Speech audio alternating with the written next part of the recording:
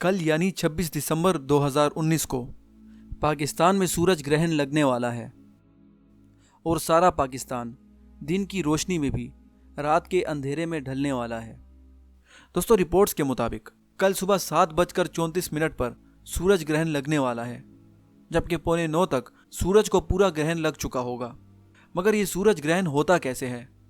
اور اس بارے میں نبی پاک صلی اللہ علیہ وسلم نے کیا فرمایا ہے؟ السلام علیکم دوستو، میں ہوں سراج جلیل،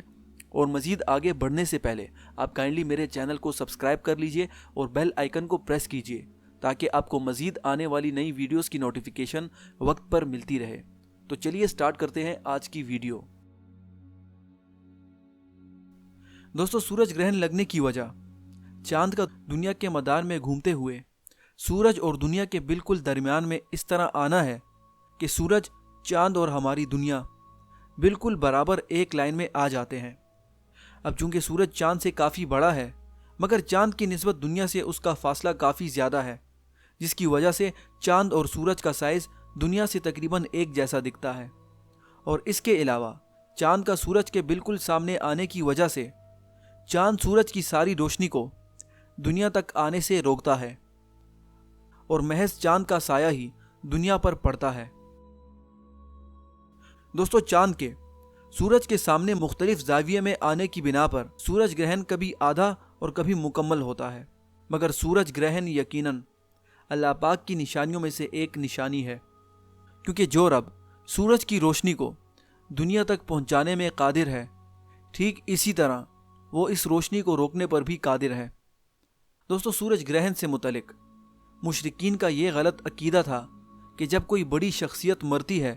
تو اس کے سوگ میں چاند خود بخود سورج اور دنیا کے درمیان آ جاتا ہے اور بطور سوگ دنیا پہ اندھیرا چھا جاتا ہے، جبکہ نبی پاک صلی اللہ علیہ وسلم نے مشرکین کے اس غلط عقیدے کی تائید کرتے ہوئے فرمایا کہ بعض لوگوں کا یہ خیال ہے کہ سورج اور چاند گرہن اس لیے لگتے ہیں کہ عظیم و شان شخصیات میں سے کسی کی موت واقع ہوتی ہے، حالانکہ یہ بات درست نہیں۔ سورج اور چاند گرہن کسی کی موت و حیات کی وجہ سے نہیں لگتا، یہ دونوں اللہ پاک کی قدرت کی نشانیوں میں سے بڑی نشانیاں ہیں۔ حدیث مبارک ہے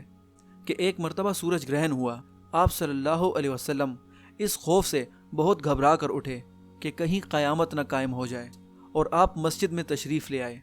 اور انتہائی لمبے قیام، لمبے رکوع اور سجدوں کے ساتھ نماز پڑھی۔ راوی کہتے ہیں کہ میں نے آپ صلی اللہ علیہ وسلم کو ایسا کرتے کبھی نہیں دیکھا۔ دوستو، سائنس کی جدید تحقیقات کے مطابق بھی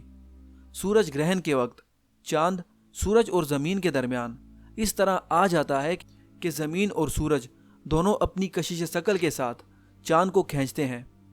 اور اگر ان میں سے کسی ایک کی کشش ثقل غالب آ جائے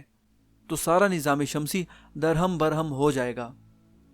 مگر صرف اللہ پاک کی قدرت کی وجہ سے ہی چاند پر دونوں کی کشش بالکل کائنات کے قوانین کے مطابق رہتی ہے۔ دوستو، سورج گرہن کے وقت نماز کسوف پڑھنا سنت ہے، اور مردوں کے لیے جمع کے ساتھ نماز کسوف پڑھنے کو ترجیح دی گئی ہے،